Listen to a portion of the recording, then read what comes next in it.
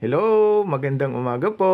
Magandang umaga, magandang gabi, magandang tanghali sa inyong lahat kahit saan ka man sa panig sa mundong ito.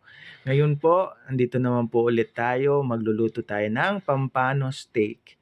Na-try niyo na po ba 'to? Ito po yung gagamitin natin. Sandok, kawali, siling labuyo, sibuyas, pamintang buo, lasuna, bawang, garlic, pampano, kalamansi, mantika, sesame oil at saka tuyo. Ngayon po, papainitin po natin yung kawali. In high heat po yan tapos linagyan ko lang po yan ng mga siguro isang kutsarang mantika po. Yung medyo mabasa lang po yung basta mabasa lang po yung kawali po natin, ayan. Inifin ko na po siya mga kaibigan para po 'pag naglagay tayo ng pampano po, lahat po sila magkaroon ng crust po, ayan. Para po lahat, ah, evenly spread. Ayan. So ayan, prinito na po yung pampano mga kaibigan. Mga ilang segundo lang po yan in high heat po, 'no, yung magkaroon lang po ng crust. Ayan. So ayan po, 'no. Ah, by the way, kumusta po kayong lahat, ano? Sana po okay kayong lahat diyan mga kaibigan, and alam nyo, sa panahon ngayon, dahil sa sobrang ah, maraming nagkakasakit, kumbaga medyo kailangan lang natin mag-ingat-ingat, 'no, 'pag lumabas po tayo. And then, siguro kung lahat lang tayo mag-iingat, wala siguro masyadong magkakasakit. So, ayan po mga kaibigan, kasi hindi po tayo makakapaghawa sa iba, no? So, ayan po, mga ilang segundo lang po yan na tawag nito, na prinito ko, linagay ko sa kawali. Pagkatapos po niyan, i-flip po natin. Flip, yung baliktad. Baliktarin po natin yan. Ayan o, di ba nakita nyo? Meron na po siyang brown. Ayan, yung parang tinatawag natin crust. So, ayan po, no.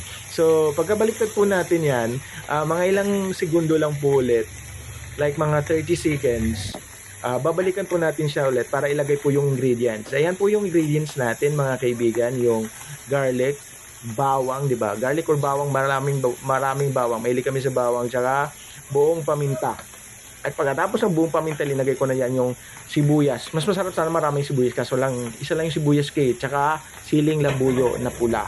And then, pagkatapos po niyan, lalagyan po natin ulit yan ng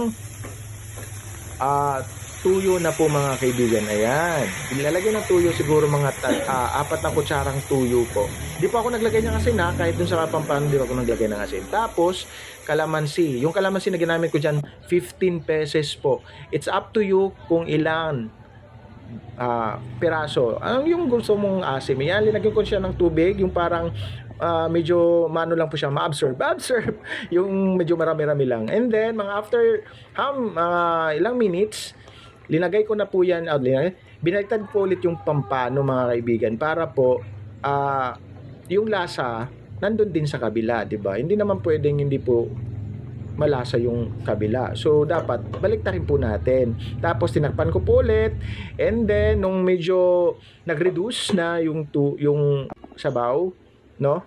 Nung nag-reduce na yung sabaw, linagyan ko po siya ng pampalasa. Ayan. Ay, hindi pampalasa. Yung parang sesame oil para mukhang Chinese tayo. Chinese! Ayan. Suluto na siya. Ayan na. Diba? Hi! Please follow and like and subscribe my page. Copy Pet Chef PH. Bye-bye! God bless po sa inyong lahat. Mag-iingat po kayo. Bye-bye po!